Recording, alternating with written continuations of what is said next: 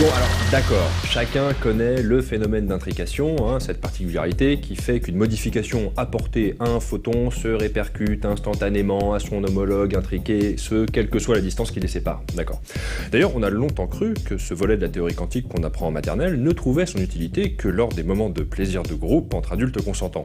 Mais une découverte allait tout changer en 1990. Sorti en arcade en 1990, Aero Blaster est un shoot 'em up de Caleco rapide et nerveux qui s'inscrit parfaitement dans le style des shooters japonais du début des années 90. Un vaisseau au masque de collision bien large, des projectiles ennemis rapides et difficiles à anticiper, des décors qui détruisent le vaisseau au moindre contact et surtout des boss très agressifs qui ne laissent aucune chance aux joueurs novices. Aero Blaster est cependant très apprécié pour sa grande qualité en termes de graphisme et de level design. Et son succès en arcade fut très vite suivi par des adaptations sur Mega Drive et PC Engine. Et c'est cette version qui nous intéresse aujourd'hui. Car la PC Engine a quelque chose de spécial. C'est une console qui ne possède qu'un seul port manette.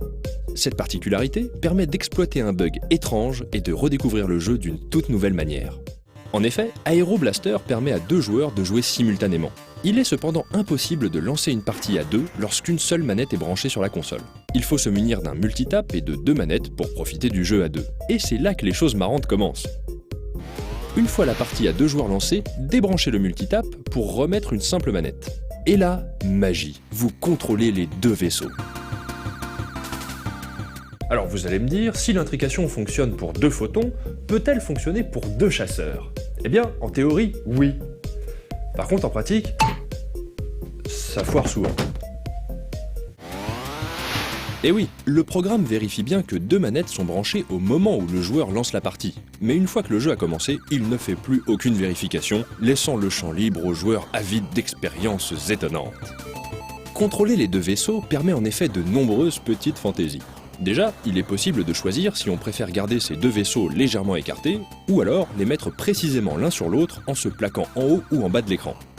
Si les 2 vaisseaux sont écartés, on ratisse plus large, mais en contrepartie, il est moins aisé d'esquiver les tirs ennemis. Lorsque les 2 vaisseaux sont parfaitement l'un sur l'autre, le maniement est exactement le même qu'en mode 1 joueur.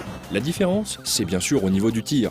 On pourrait penser que 2 tirs l'un sur l'autre, ça donne un tir 2 fois plus puissant. Détrompez-vous, le tir est beaucoup plus puissant que ça.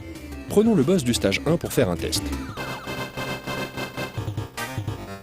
Avec un vaisseau, il faut environ 35 secondes pour le battre. Avec 2 vaisseaux exactement l'un sur l'autre, 6 secondes suffisent.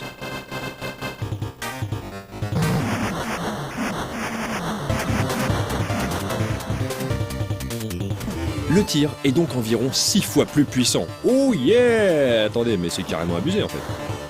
Les boss qui demandaient une grande concentration en solo ne posent plus aucun problème. De plus, comme chacun des 2 vaisseaux a droit à une arme secondaire, jouer de cette manière permet d'en cumuler 2. Une combinaison intéressante, par exemple. Le missile à tête chercheuse associé aux tirs latéraux permettent d'avoir un vaisseau à la fois bien protégé et très offensif.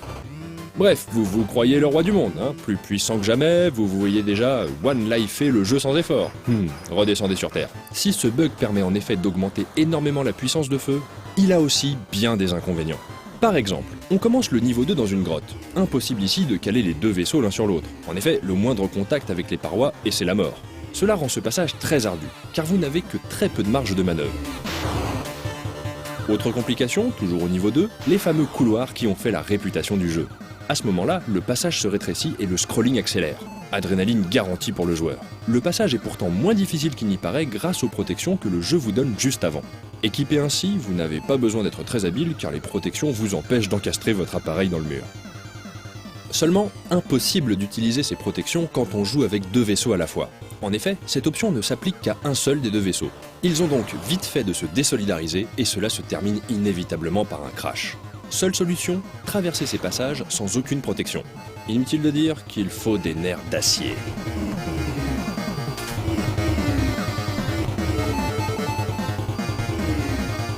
Mais le plus gros avantage que nous offre ce bug, c'est sans aucun doute le Super Blaster Flash. En maintenant le bouton 1 appuyé, il est possible de charger une jauge qui, lorsqu'elle est remplie au maximum, permet de lancer un Blaster Flash. Cette attaque permet de nettoyer l'écran de tous ses projectiles et est donc très pratique pour se sortir du pétrin. Cependant, il est inutile de s'en servir à des fins offensives, car les dommages occasionnés aux ennemis sont ridicules. Mais ce qui est intéressant, c'est qu'en mode 2 joueurs, il existe le Super Blaster Flash. Cette attaque très difficile à faire nécessite que les 2 joueurs se synchronisent et lâchent leur Blaster Flash en même temps.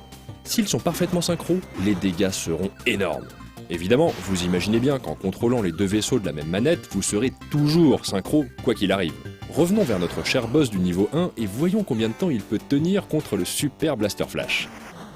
Ah ouais, il a même pas le temps de descendre de l'écran le pauvre. Et c'est pareil pour la suite, en utilisant à la fois le tir frontal renforcé et le Super Blaster Flash, les boss ont bien du mal à tenir plus de quelques secondes. Quelle agréable vengeance après tout ce qu'ils nous ont fait subir.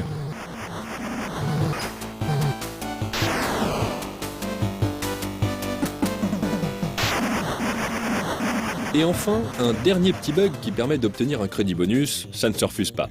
Chaque partie commence avec 5 crédits. S'il ne vous reste plus qu'un seul crédit, arrangez-vous pour détruire vos 2 vaisseaux à peu près en même temps.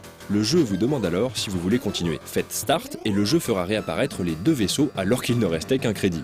En fait, la console reçoit l'ordre Start des 2 manettes exactement au même moment. Du coup, elle autorise les 2 joueurs à poursuivre la partie et ne décrémente le compteur de crédit qu'ensuite.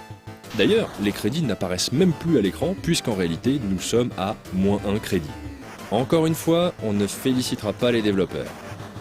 Voilà, mais pour prolonger un petit peu cette expérience, eh bien je vous propose de voir si l'intrication s'applique également au cul d'un développeur, de sorte qu'en faisant un, on fesserait tous les autres. Tu es prêt? Pour la science!